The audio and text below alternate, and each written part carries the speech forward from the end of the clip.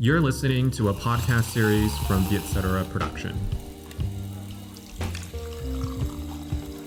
Xin mời các bạn đến với Have a Sip uống gì không? Một chương trình podcast mà thì mình phỏng vấn những khách mời nhiều chữ. Người này quá nhiều chữ luôn đấy, thấy chưa?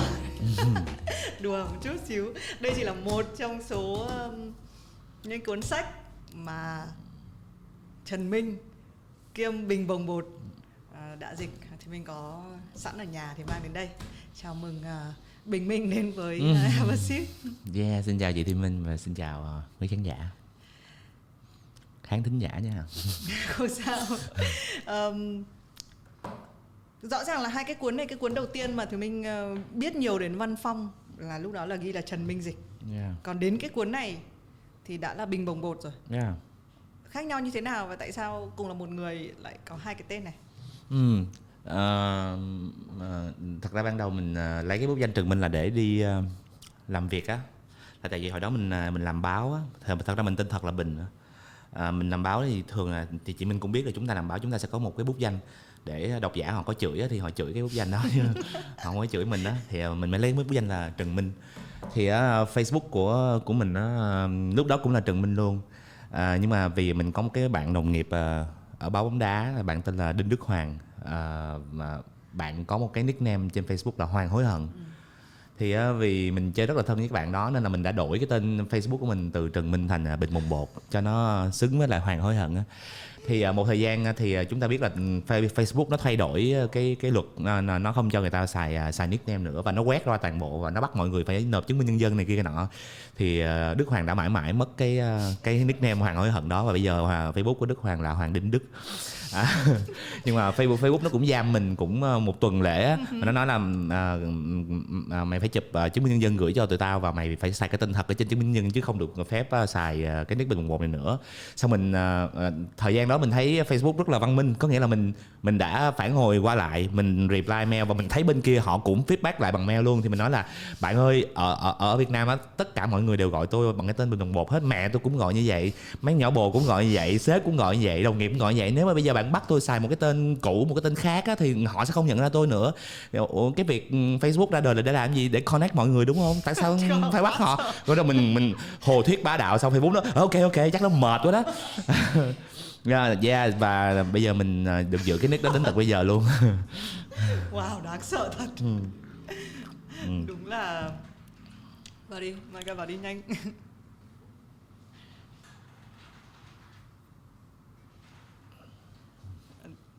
Đúng là cảm giác như Have a Sip sau mười mấy số cuối cùng cũng đã tìm một người mà kiểu chữ nó tuôn trào. Cái cuốn mới nhất là Vẫy Vùng Giữa Vũng Lầy, là cái cuốn mà thì mình được giao hẹn là phải đọc xong thì mình mới xuất hiện trên Have a Sip. Thì mình cũng đã đọc xong 418 trang này rồi. Mình cũng luôn thấy công sức của những người dịch sách là một cái công sức khủng khiếp. Nhưng mà trong rất là nhiều những thứ liên quan đến chữ, và Thúy biết bạn là người dùng chữ vào rất là nhiều việc, từ việc viết kịch bản phim, viết báo, viết sách, viết tự truyện, viết thư tán gái nữa, thư tán gái, rồi viết Facebook, làm KOL, và có dịch sách ở trong đó. Cái vị trí của cái việc dịch sách trong cái hành trình làm nghề của bạn nó như thế nào? Mình đã chia sẻ điều này với rất là nhiều người. Khi mình nói là loài người á, thật ra mình mắc cái gì mình mới làm được, đúng không? Để nếu mà bạn không mắc các bạn không có làm được. Mình mắc ăn thì mình phải ăn, mắc ngủ thì phải ngủ. Thì mỗi lần mình đọc cuốn sách thì mình sẽ bị lên một cái cơn mắc dịch. Có nghĩa là mình phải dịch nó ra cho bằng được. Nếu mình không dịch mình cảm thấy khó chịu. Vì mình là người rất là thích nói chuyện về sách vở với bạn bè của mình á. Thì á, thí dụ như mình mê đắm cái cuốn sách này quá, mà đây không phải là cuốn sách quá nổi tiếng, thì mình nói cho bạn mình nghe thì nó cũng chả hiểu gì cả. Chi bằng mình dịch ra tiếng Việt cho mọi người cùng đọc, bạn bè mình cùng đọc, và mình sẽ có một chủ đề để mình nói chuyện về nó. Hơi cồng kềnh nhưng mà ok. Thật sự nó là như vậy, là bởi vì á, cái việc dịch sách á, chắc chắn tất cả các dịch giả Việt Nam sẽ phải thừa nhận cái điều này, đó là nó không đủ để nuôi sống chúng ta, không đủ nuôi sống những người dịch. Nên là nếu như bạn không phải là một người thật sự quá đam mê với chữ nghĩa thì bạn sẽ rất là khó đi với nghề này. Thì cũng may là mình có những cái job khác mình bù đắp lại, nên là cái việc dịch sách với mình đó, nó là một cái công việc nó relax, nó là một cái công việc để mình làm vì mình thích hơn là vì tiền. Thế Bình có nhớ là lần đầu tiên cái khoảnh khắc nào, cái khoảnh khắc mắc dịch đấy là nó đến với cuốn này à hay cuốn nào? Cái cuốn sách đầu tiên mình dịch đó là cuốn Tôi là Zlatan Ibrahimovic, là tự truyện của một cái cầu thủ người Thụy Điển. Và sau đó là cuốn Mike Tyson này. Thì mình dịch cuốn Zlatan Ibrahimovic là vì hồi đó mình làm báo bóng đá, thì mình có đăng vài kỳ của tự truyện đó lên trên báo. Còn Mike Tyson là đơn giản là mình thấy hay quá, nó mình dịch và mình làm một cái việc mà ngày nay người ta gọi là ăn cắp bản quyền á. là mình đăng luôn ở trên Facebook của mình á. Và cũng rất là tình cờ là có một cái người bạn của mình tag một cái người bạn khác vào cùng đọc, và cái người bạn được tag đó tình cờ là giám đốc của nhà sách Đông A luôn. Và thế là anh ta đã đi mua bản quyền của này. Cái khó nhất trong việc dịch sách là gì, ngoài việc lâu? Mình không nghĩ nó khó. Với mình thì mình không thấy nó khó, mình chỉ thấy vui thôi. Tất nhiên là sẽ có những khoảnh khắc mà mình đánh vật với một cái cụm từ, một cái từ mới, một cái cách thể hiện, một cái ngữ pháp nó hơi trúc trắc một chút thì mình gặp khó khăn, nhưng mà nó cũng không làm khó mình lâu lắm. Mình nghĩ là cái khó nhất của sách chắc là kiểm duyệt á. Ok, tại vì thì mình cũng có cái câu đấy trong câu hỏi. Bởi vì cái cuốn sách này cái cuốn này cũng đang bestseller như mọi người, và thì mình đọc rồi thì thực ra nó không phải là cái kiểu sách mà thì mình thích. Nhiều người nói với mình như vậy lắm. Nhưng mà phải thú nhận là nó rất là cuốn hút. Và nó giống như là khi mình xem một bộ phim á, kịch bản mà hay hay là đạo diễn mà hay á, là mình không có để ý là mình đang xem phim, mình bị cuốn đi thôi. Đấy thì cái cuốn sách này có một cái sự trơn tru về văn phong chữ nghĩa, nhưng mà cái nhân vật trong này thì có dân giang hồ mà chửi bậy rất là nhiều. Nên thì mình muốn hình dung lại cái khoảnh khắc mà khi bạn thấy cái câu chửi mình vừa nói là sự kiểm duyệt đúng không? Thì đấy có mấy cái câu chửi đấy thì cái khoảnh khắc mà Bình phải dịch những cái câu chửi thề ấy, nó như thế nào? Não bạn sẽ chuyển sang phải trái ngang dọc như thế nào? Thì tiết lộ với mọi người là thật ra tất cả những gì bạn đọc ở đây là nó đã giảm đi 2-3 tông so với lại cái bản dịch ban đầu. Vì thì với mình thì chửi thề thì phải chửi thề thôi. Chắc 90% là người Việt là chửi thề, 10% còn lại thì họ chửi nhưng mà không ai nghe thôi. Thì mình rất là có một dạo á, mình coi phim Việt Nam, đúng không? Mình coi phim Việt Nam, mình coi phim được gọi là lồng tiếng, thì mình sẽ thấy là tất cả các nhân vật trong phim Mỹ không bao giờ chửi thề cả. Và mình từng lớn lên và tin rằng người Mỹ là những người tuyệt vời nhất thế giới. Nói một cái xứ sở văn minh, coi một cái phim từ đầu đến cuối thấy tụi nó đánh nhau, giết nhau, hại nhau mà không ai chửi thề cả. Thì mỗi lần mà nhân vật tức giận thì nhân vật chỉ nói là chết tiệt. Xong rồi nói người Mỹ quá văn minh. Thì sau này khi mà trình độ tiếng Anh mình lên á, thì mình thấy cái gì mà đầu lâu xương chéo bay tá lả luôn. Và tất cả những cái đầu lâu xương chéo đó đều đã dịch lại là chết tiệt, đúng không? Thì mình không có muốn như vậy, Thì với mình đó là chửi thề nó là một thứ phi văn hóa nhưng đầy văn hóa ở trong đó, nó đầy văn hóa địa phương ở trong đó. Mình muốn chửi thề nó phải trở về với đúng nghĩa của chửi thề, đó là sự phát tiết của những phẫn nộ. Thì ngôn ngữ tiếng Anh nó như thế nào thì mình dịch ra tiếng Việt nó là như thế đó. Mình không có che lấp nó, mình không có làm cho nó nhẹ nhàng hơn. Thế nhưng bây giờ nó là cái câu chuyện technique kỹ thuật của việc là nó dịch ra như thế. Xong rồi rõ ràng là trong cái cuốn này bạn nói là phải hạ mấy tông. Thế cái technique của cái việc hạ tông là như thế nào? Bây giờ nếu như mà mình đi sâu á thì cái show này sẽ là một show về chửi thề, đúng không? Bây giờ mình nói chứ, mình nói ví dụ mình sẽ nói là nó trong tiếng Anh nó có một từ chửi thề liên quan đến bộ phận nhạy cảm, đúng không? Nhưng chúng ta có tới 4 option để có thể dịch cái bộ phận nhạy cảm đó ra thành tiếng Việt. Đó, mình thí dụ cái trên sách là cu này, đúng không? Đúng. Thì oh wow, chị ghê quá. Thì nó sẽ có một cái option khác, nó có dấu nặng đúng không? Thôi đừng có nói ra. Và nó có một cái option khác, nó bắt đầu bằng chữ bờ. Đó, kiểu như vậy. Có nghĩa là mình sẽ có rất nhiều những cái option, những cái phương án đó. Ê, có phải là những cái chữ mà không có dấu thì nó nhẹ hơn không? Đúng. Những chữ khi mà chữ thề mà nó không có dấu á, mình có cảm giác nó như là một tiếng đệm hơn. Còn khi mà mình đặt cái dấu nặng xuống á là sắp quýnh nhau đó. Đó, kiểu vậy đó. Wow. Nhưng mà có phải khi mà dịch lại đoạn chữ đấy có phải trừ lại cho là trơn không? Không. Yeah. Bao nhiêu ức căm hờn nó đã vang lên trong đầu, không cần phải nói ra thành mồm. Bây giờ nhá, tại vì mình có pick ra vài thực ra chả mấy khi là mình được ngồi với người mà toàn chữ nhá. Mình có pick ra mấy cái từ. Có một cái từ là từ mục diện. Yeah. Cái từ này thực ra là thì mình đã định là trước khi mà Bình đến đây á, thì mình sẽ tra lại những cái từ này xem là có đúng với cái tại vì á mình cũng biết đúng không, em thỉnh thoảng mình thấy có những cái từ thực ra mình không có kịp nghĩ là cái ý nó có đúng ý mình không. Nhưng mà vì nó trơn á và nó tiếng Việt nó có cái thanh âm á, nó bon trong đầu mình, và mình mà thực ra với người viết cái trớn đấy là cái cực kỳ quý. Mình bình thường mình sẽ dặn thì đây là vèo, nên thỉnh thoảng sẽ có những từ rất là vô nghĩa, chẳng có ý gì cả, nhưng mà vào đấy thì rất là vừa vặn. Đấy nên là khi mình nghe một cái từ mà mục diện. Mục diện là gì? Là diện là khuôn mặt này, mục là nhìn thấy hay cái gì? Mục diện á là mọi người sẽ phải tra một cái cụm từ, đó là bản lai diện mục. Ghê không? Okay. Mục diện nói nôm na là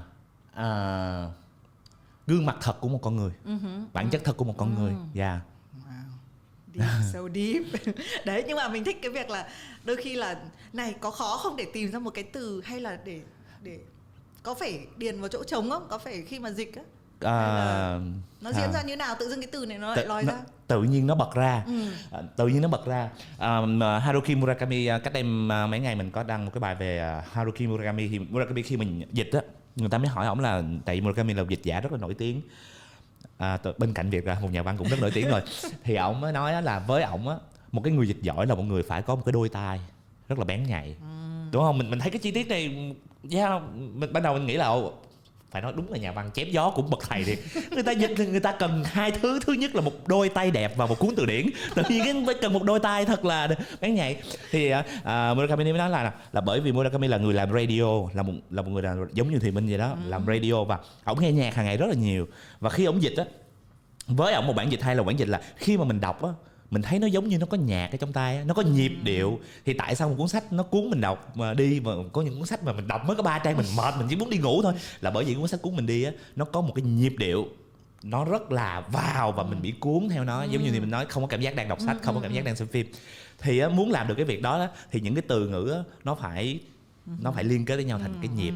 Thì á, lúc mà mình dịch á, thì mình cũng có cái nhịp ở trong đầu mình đó. Thì đến lúc đó thì tự nhiên cái chữ đó nó phải là diện mục, nó không thể là gương mặt được, nó không phải là một chữ khác, nó phải là cái chữ đó. Và nó đến rất là tự nhiên. Nhưng mà nó có cần gợi từ cái nhịp của cái bản tiếng Anh không? Với mình á, một bản dịch tốt là một bản dịch mà người ta không nghĩ rằng nó là một bản dịch. Mình sẽ quên đi là mình đang đọc một tác phẩm dịch.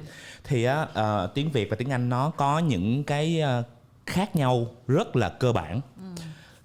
Tiếng Anh nó rất thích xài những câu phức, nó rất thích xài relative clause, và nó rất thích xài passive voice, có nghĩa là nó rất thích xài cái kiểu câu bị động.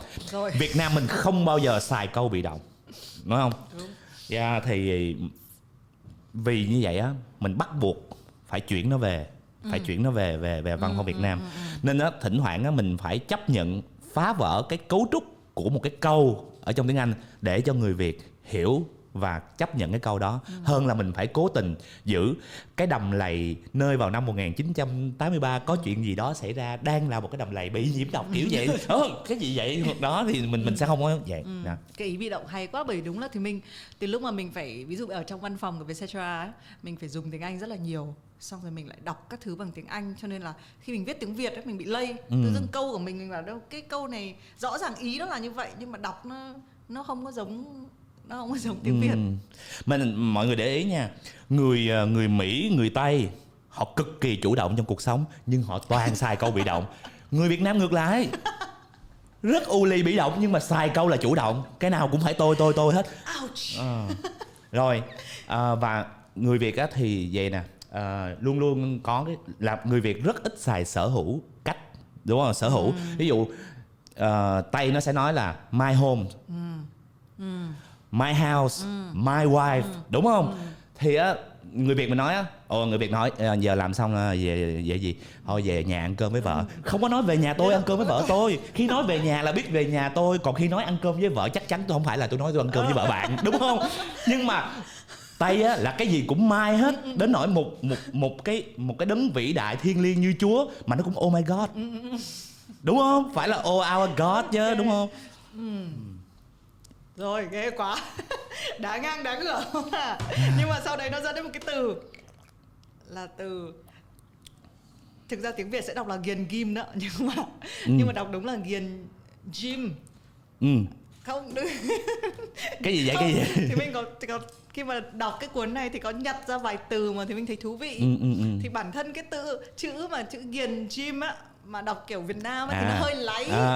Thì nó nói về một cái cậu mà mê tập gym thôi. Nhưng mà cái khi mà nó đặt cái chữ cạnh nhau thì nó mình không biết là có chủ ý, nhưng với mình thì mình thấy là nó thú vị. Là ghiền ghim. Tức là nó hơi một cái từ láy mà nó có một chút pha trộn, tại vì cái chữ gym là cái chữ du nhập, đúng không? Mình không có cái chữ gym. Đúng rồi. Đấy, thế thì bây giờ nó lại mở ra một cái khả năng mới trong cái việc là bây giờ ngôn ngữ rõ ràng chúng ta đều công nhận là nó tiến hóa, đúng không? Và với cái cuộc chơi chữ nghĩa ở trên Facebook của các cái hội nhóm Facebook chẳng hạn thì nó mênh mông, nối chữ mà có cho tiếng Anh vào rồi đấy, thì còn bao nhiêu thứ khác nữa.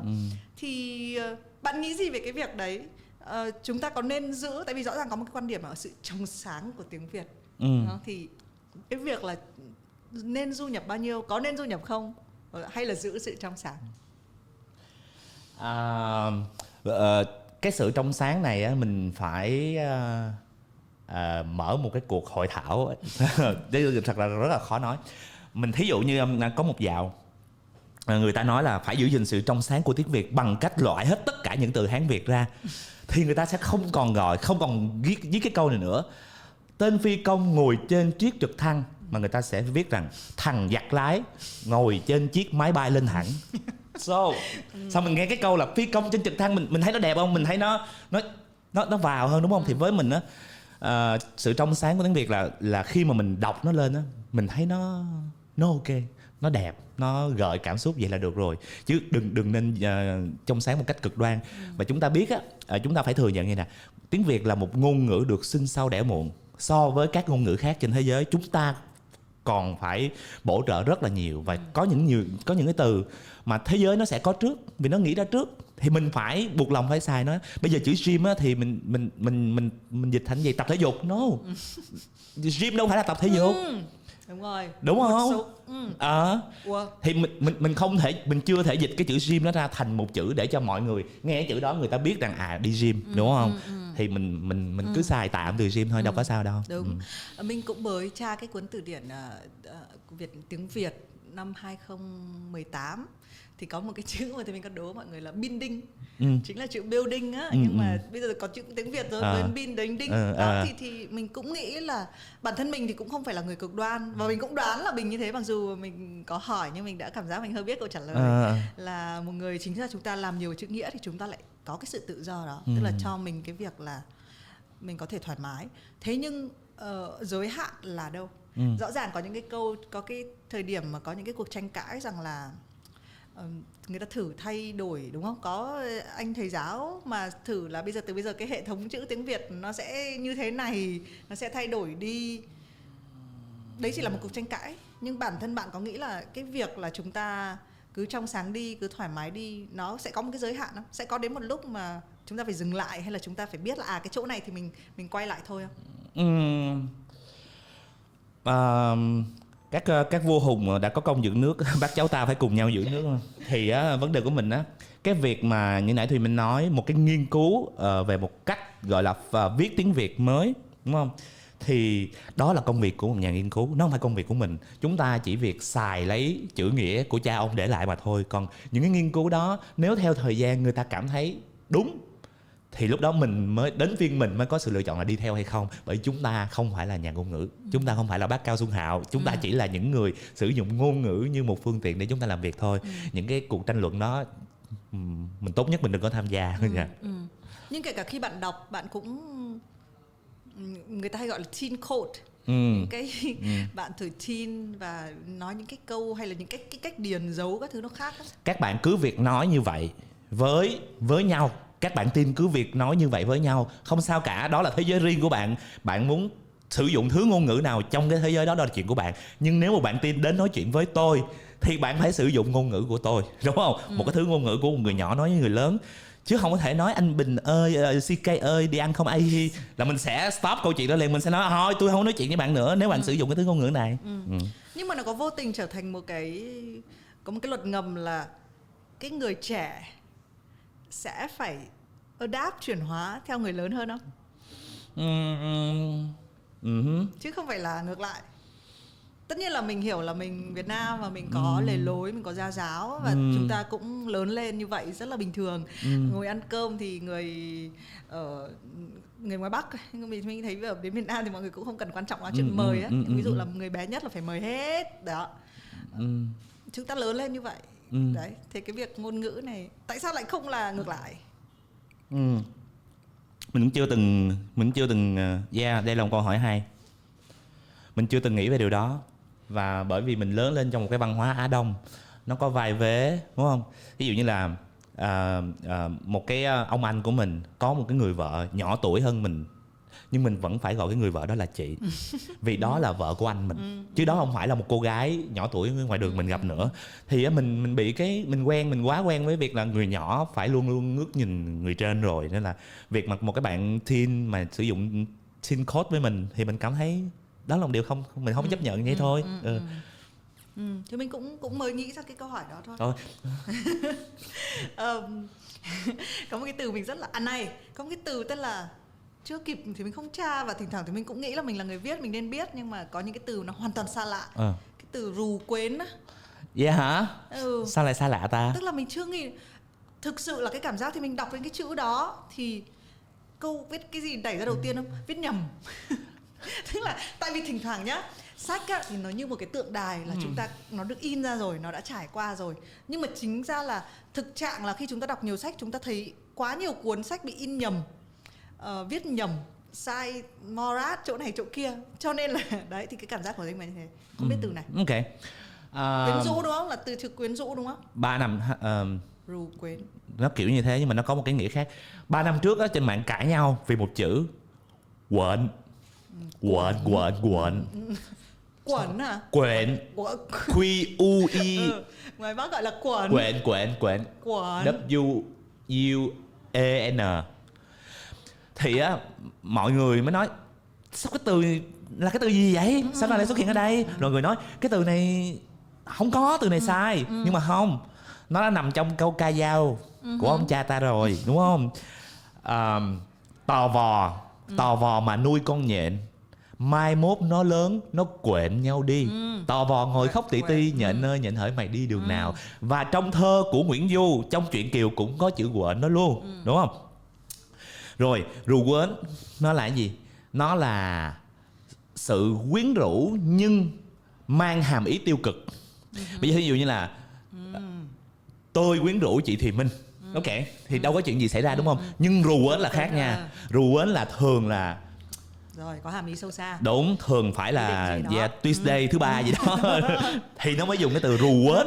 Đó kiểu như thế, nó mang cái hàm ý tiêu cực, hơi tiêu cực một chút.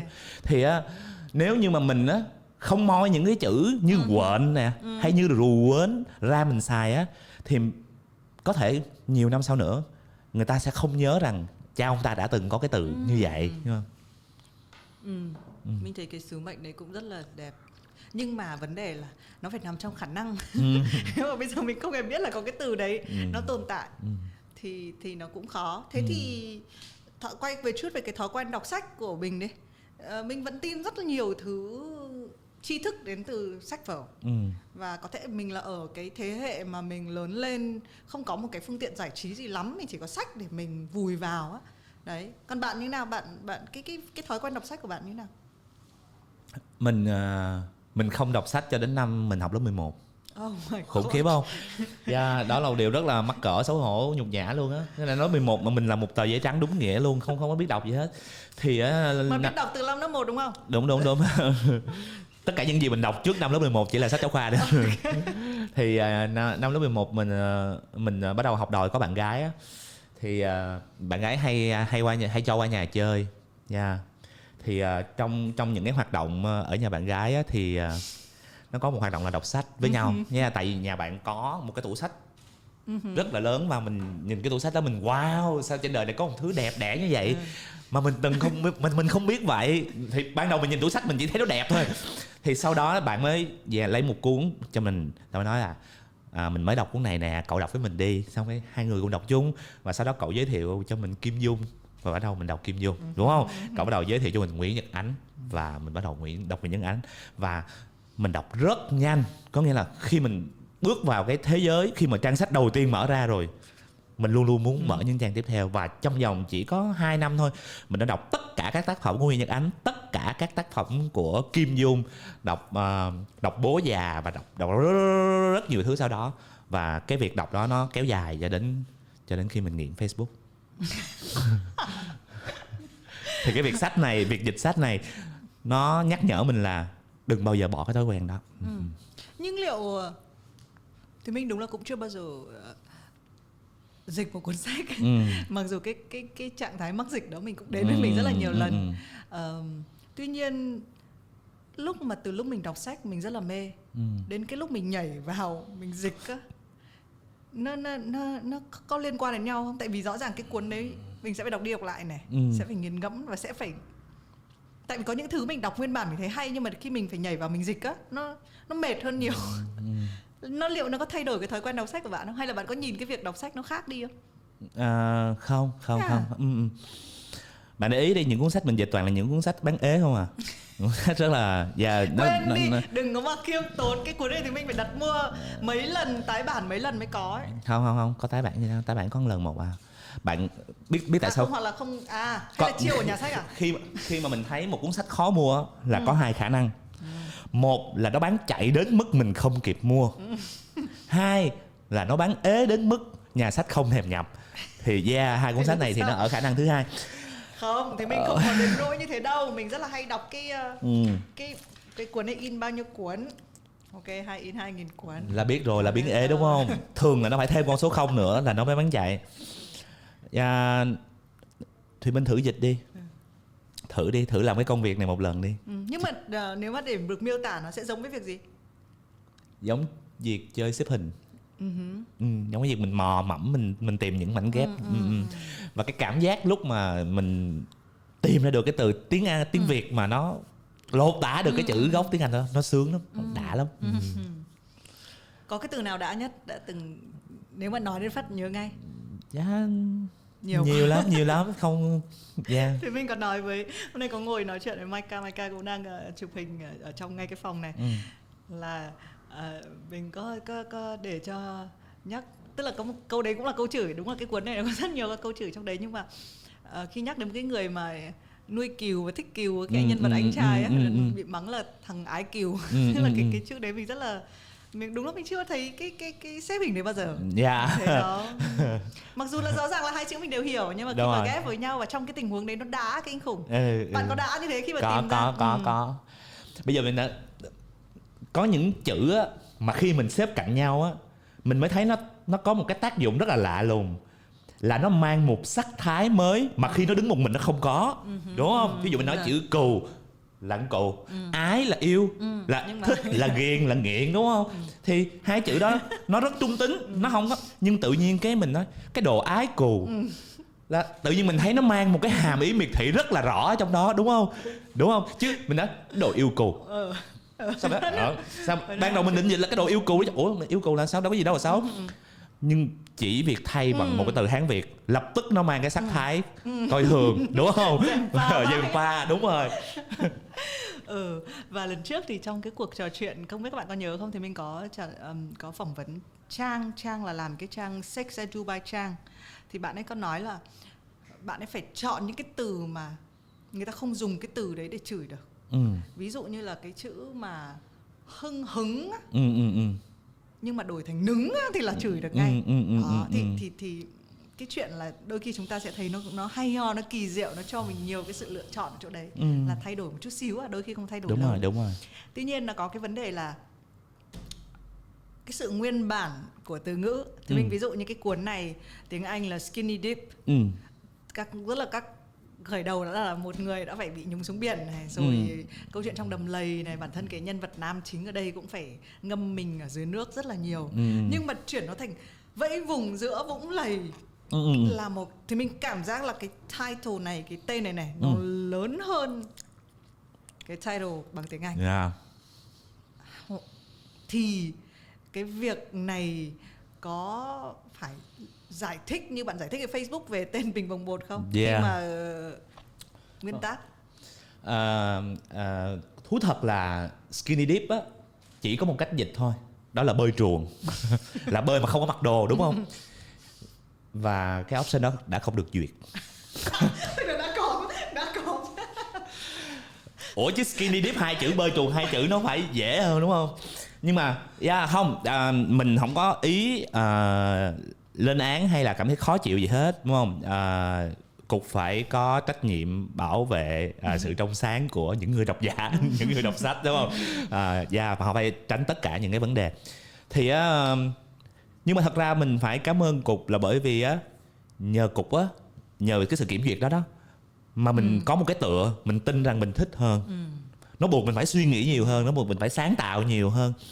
Thì vì mình là một người thích nói lái, đúng không? Thì tiện nó cứ bật lên trong đầu mình á. Vì câu chuyện này nó liên quan đến Vũng Lầy, bối cảnh của nó là một cái đầm lầy. Thì Vũng Lầy mình nói một hồi cái tự nhiên cái chữ vẫy vùng á nó bật ra trong đầu mình.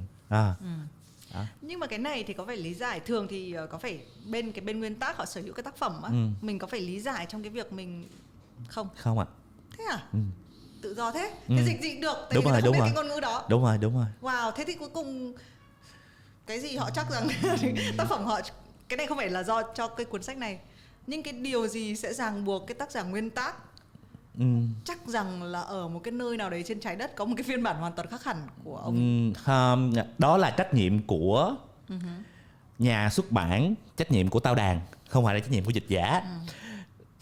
Tại vì Tao Đàn là người trực tiếp làm việc với lại sách, đúng không? Với lại cái tác giả gốc, cái team của tác giả gốc. Thì Tao Đàn phải chịu trách nhiệm chính về cái việc đó. Đó là lý do vì sao Tao Đàn phải dành rất nhiều thời gian để biên tập cái cuốn này, để luôn luôn có phải giải trình nếu như có một cái vấn đề gì đó với bên gốc. Thế còn một cái cuốn như một cái cuốn tự truyện chẳng hạn thì nó có khó hơn không? Hay là cái việc là không, nó cũng vậy á. Một cái cuốn Mike Tyson này là cực kỳ dày, thì mình đọc cái cuốn này thì mình thì bị sức ép là phải đọc xong thì mới phỏng vấn dịch giả những cái cuốn này để mình kiểm tra lại nó. Bạn có nhớ số trang không? Không. Thế sao ấy? Không nhớ, bởi vì cái số trang của cuốn sách gốc á nó khác với lại cái số trang này. Cuốn sách gốc nó dày hơn nha. Cuốn sách gốc dày hơn là bởi vì cuốn này á mình phải in chữ nhỏ lại, chứ nếu không nó sẽ như một cuốn từ điển ấy. Nhưng mà thường tiếng Việt sẽ dài hơn. Người Việt mình dài dòng hơn, đúng không? Người Việt dài hơn, đúng rồi. 563 trang, không tính những cái mục lục này nọ. Bạn sẽ mất một cái dự án như này mất khoảng bao nhiêu lâu? 5 ạ. Wow. 1 năm. Gồm cả đọc cái cuốn đấy. Và thường phải đọc bao nhiêu lần để nếu mà mình gọi là mình hình dung một cái năm đó của dịch giả thì nó sẽ diễn ra như thế nào? Đầu tiên là mình đọc nó trên tư cách là một người đọc. Sau đó mình đọc nó trên tư cách là một người dịch. Và cuối cùng là mình bắt đầu mình mổ nó. Thì thường nhà xuất bản họ sẽ đưa cho mình một cái file text, một cái file doc text, thì mình sẽ ví dụ như chương 1 mình sẽ lấy chương 1 ra toàn tiếng Anh đúng không, thì mình sẽ dịch tiếng Việt ở ngay phía dưới cái câu đó hoặc một đoạn đó, rồi dịch đến đâu á mình xóa cái tiếng Anh đi. Ok. Và luôn luôn theo trình tự. Đúng rồi. Không bao giờ không thử đảo. Tại không, sao? Không.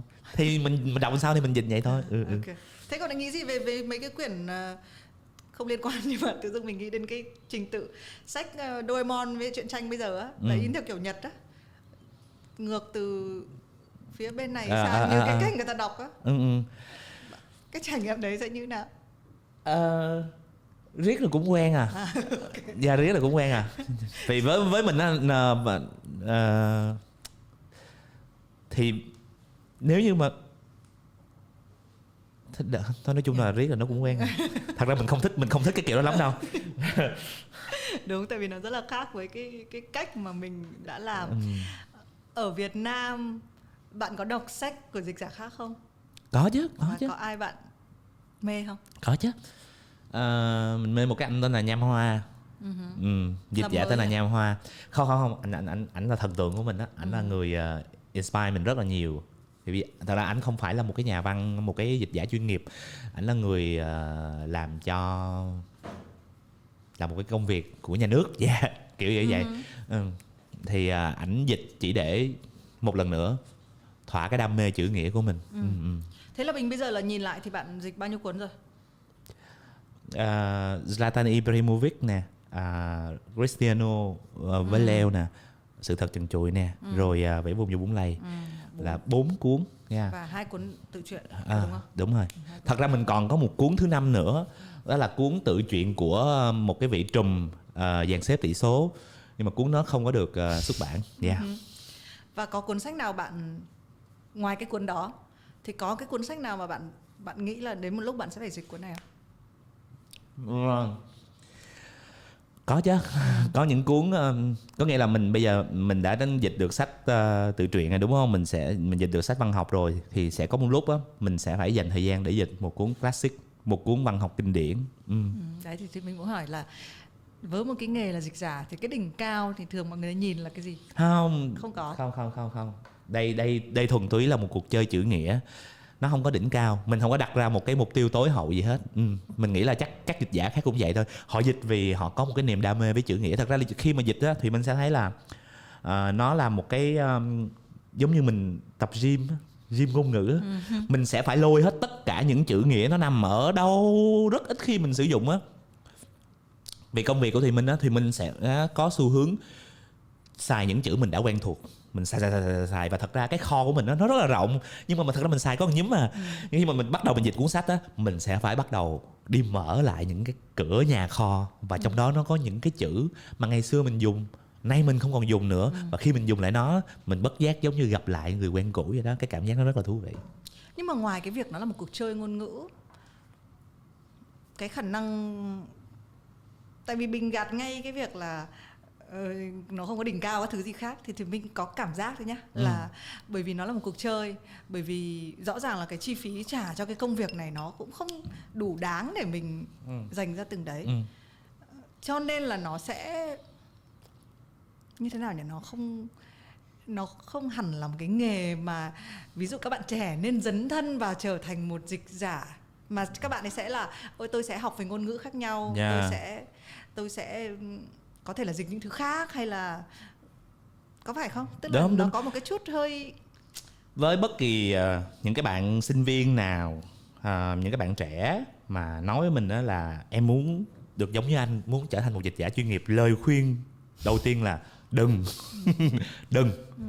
Bạn hãy nghĩ đến chuyện là bạn sống bằng những nghề khác, ví dụ như là dịch những văn bản, đúng không? Cái chuyện mà dịch văn bản 2-3 trang này kia nè, có nhiều cái dịch khác nó nhiều tiền hơn nhiều. Dịch proposal chẳng hạn, kiểu vậy. Đúng, khi mà bạn có thể sống được bằng cái nghề đó rồi thì hãy nghĩ đến chuyện dịch sách. Bây giờ mình nói thí dụ như cuốn Vẫy vùng giữa bùn lầy, đúng không? Dịch 1 năm trời ra được 18 triệu tiền, gọi là nhuận bút. Chia ra thì 1 tháng được bao nhiêu tiền, đúng không? Thì đừng bao giờ nghĩ rằng mình có thể sống được bằng cái nghề này, trừ khi bạn là người on top. Nhưng mà ngay cả những người on top, họ cũng không có nhiều tiền lắm đâu, không có nhiều tiền lắm đâu. Thật sự hãy coi đây là một cuộc chơi. Và khi mình chơi á, mình sẽ không thấy mệt, mình không có cân đo đong đếm về chuyện tiền nong nữa, đúng không? Giống như mình đi chơi với một cô gái đẹp thì mình thích cái khoảnh khắc ở bên cạnh cô gái đẹp đó, chứ mình không có nói là cô gái đẹp ơi cô hãy trả cho tôi tiền, đúng không? Và thậm chí mình còn phải đưa tiền cho cổ nữa. Thế nhưng mà liệu đây có phải là sẽ trở thành một cái nghề, bây giờ có Google dịch này, nó có bị thay thế không? Anh Nham Hoa nói với mình á là độ 30 năm nữa thôi người Việt sẽ được phổ cập tiếng Anh. Có nghĩa là cái số người giỏi tiếng Anh đó sẽ càng lúc càng đông, và họ sẽ không còn nhu cầu đọc một bản dịch nữa, họ sẽ đọc sách nguyên bản, đúng không? Và cái nghề dịch giả lâu dần đi nó sẽ mất đi. Nhưng mà mình không tin như vậy. Mình không tin Google dịch có thể dịch ra được một tác phẩm mà đọc vô đó người ta thấy cái hồn của chữ nghĩa Việt Nam. Mình không tin Google làm được chuyện đó đâu. Ok, rất là tươi sáng. Mặc dù lúc đầu thì hơi có một cái vấn đề, có nhiều thứ thì mình đã gạch ra lắm, nhưng mà thì mình biết là trong cái giới hạn của trò chuyện thì chúng ta không thể nói hết về cuộc đời của mình được. Nhưng mà quay về đến cái đầu tiên, lại vì Have a Sip ấy, mời đồ uống á. Mình uống cà phê cold brew này lâu chưa? Và nó có giúp bạn, cà phê có phải thứ quan trọng trong việc là bạn cần phải có cảm hứng là dịch không? Hay là viết không? Mình nghĩ là bây giờ cuộc sống mình không có cà phê là mình chết á. Mình khi mà mình đi đến khi mình đi đến một cái chỗ nào mình luôn phải đảm bảo là chỗ đó có cà phê, còn không là mình phải đem cà phê của mình theo. Quá ghê. Mình bị nghiện cà phê, mình là thằng ái cà phê đó.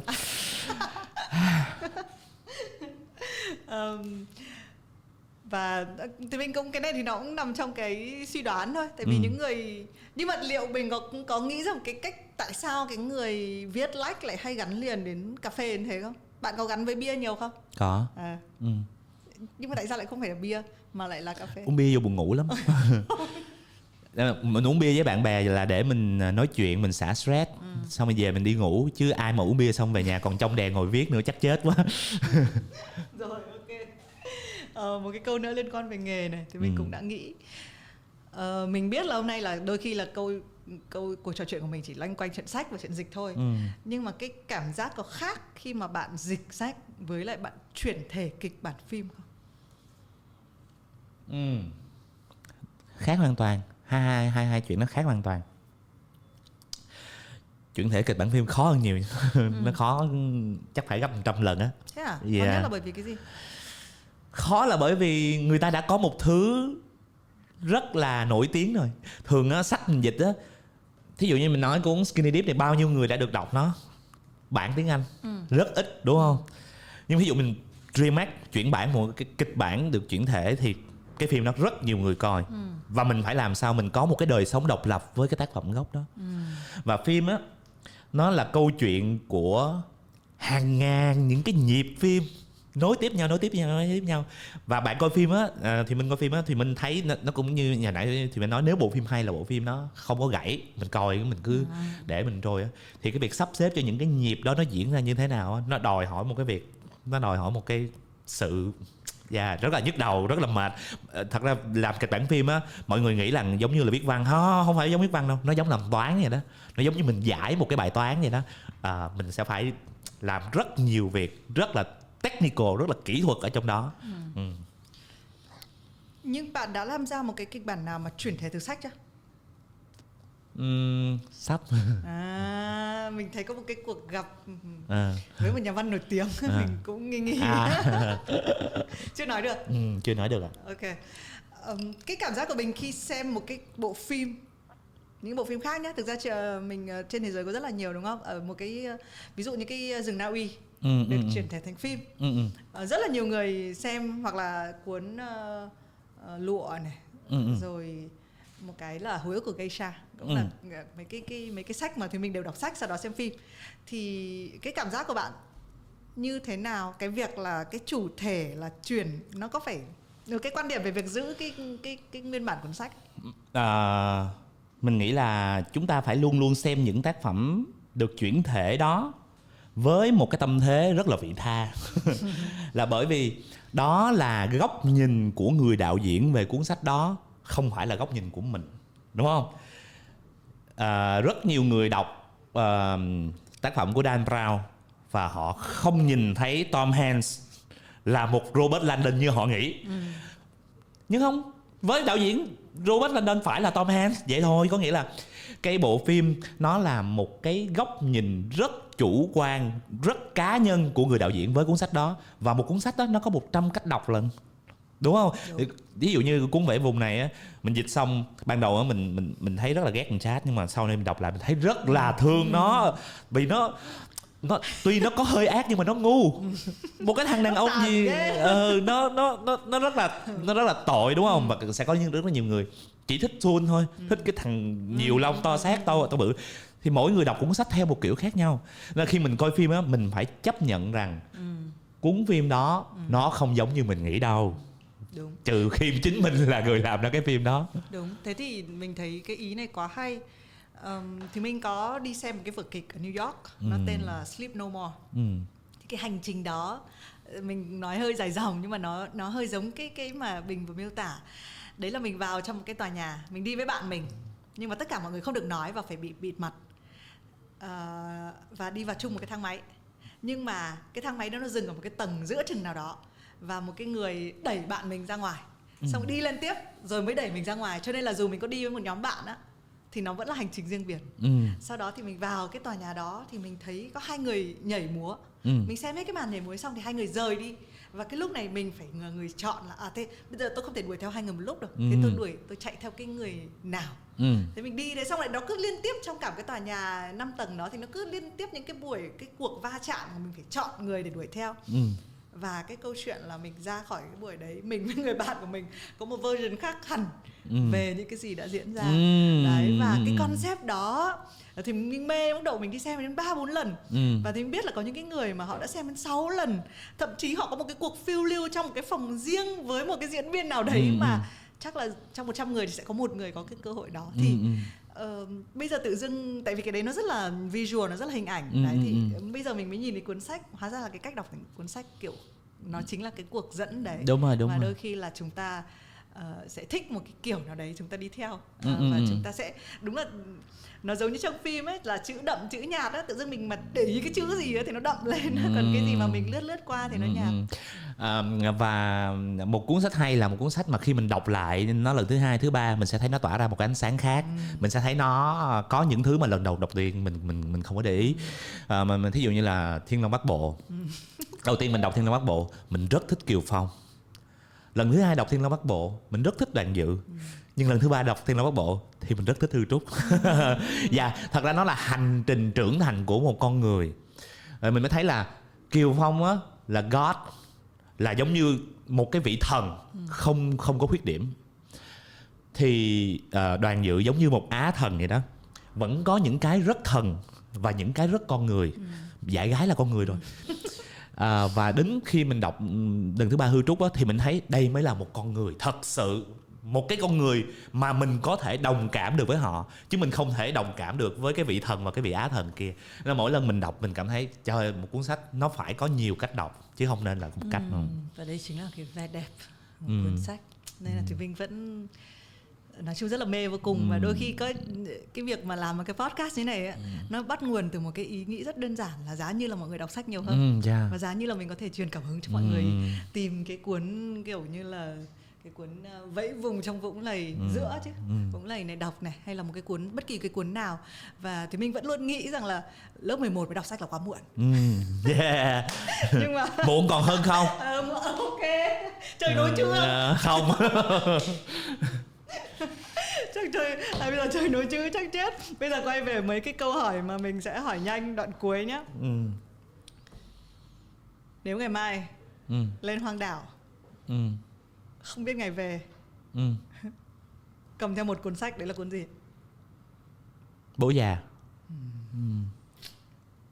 Trả lời nhanh đó. Mê làm đâu, có đọc nhiều không? 10 lần. Ok. Và có định dịch lại cuốn không. Tại sao? Thì cái người dịch cuốn đó là thần tượng của mình rồi. Ok.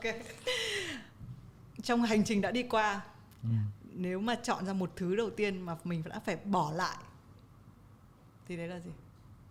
Tiền bạc. Thế à? Để vì ngồi dịch 1 năm hả? Không có thể trả lời dài hơn, không cần một chữ. Yeah,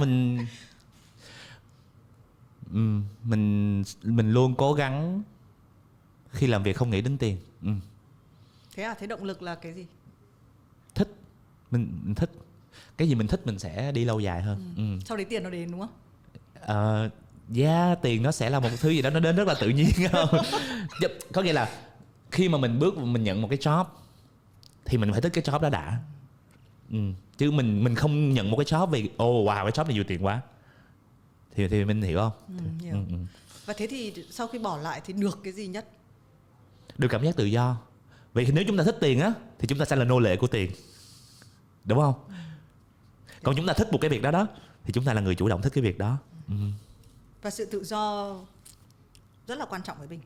Sự tự do rất quan trọng. Nhưng mà làm cái công việc liên quan rất nhiều đến sự kiểm duyệt. Như mình nói, kiểm duyệt sẽ giúp cho mình sáng tạo hơn. Nhưng thì mình đang không nói đến sự kiểm duyệt về hành chính. Thì mình cảm giác mỗi người đọc cái bản dịch hay đọc cái cuốn sách là một người kiểm duyệt mình đúng không? Bạn có là người cởi mở trong việc nghe những cái lời nhận xét không? Tôi dám tự tin nói một điều với chị Thùy Minh. Tôi rồi.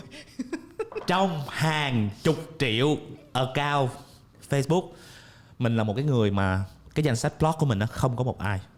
Mình không block bất kỳ một người nào trong Facebook của mình. Và trong 5 năm nay mình không unfriend ai hết. Là bởi vì mình luôn luôn mở rộng cánh cửa các bạn đến đây nói chuyện và mình sẽ tranh luận. Và với mình á, một cái bạn không có follower nào cả, danh sách chỉ có vài trăm friend, và Thùy Minh có giá trị như nhau ở nhà mình cởi mở với tất cả điều đó. Và họ có thể chửi mình, họ có thể họ không thể chửi mình được. Họ có thể nói mình sai và cùng nhau tranh luận. Họ có thể dùng tin code với mình. Không thì mình cũng thấy cũng rất là đẹp đẽ với cái việc là nếu mà chúng ta chọn cái sự tự do ấy, nó tự do cũng là một thứ mà thì mình rất là say mê. Và mình cũng thấy là trong cuộc đời của mình đôi khi là mình cần cái điều đó nhiều nhất. Ok, chúng ta cũng trò chuyện được một ít. Chắc chắn là nếu trò chuyện nữa thì vẫn sẽ có nhiều thứ nữa. Không, mình thấy nãy giờ mình trò chuyện nhiều quá chứ. Sắp tới bạn sẽ có những kế hoạch gì có thể chia sẻ không?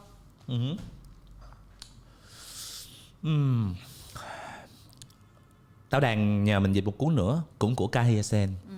Và họ nói là cuốn đó còn hay hơn cuốn này nữa. Mình đang suy nghĩ mình sẽ mình có 3 dự án phim để phát triển từ đây đến sang năm. Có phim hoạt hình mà có phim người đóng. Rồi, tạm thời vậy thôi. Ok. Hôm nay rất là cảm ơn Bình đã đến với Have a Sip. Cảm ơn khán giả đã theo dõi. Và các bạn nhớ mua sách đọc nhá, để mà bỏ cái công mà 1 năm người dịch đã phải. Chị che cái tựa rồi chị đúng rồi.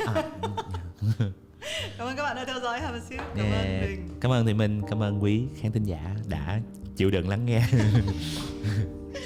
Ok. Sao vui thế?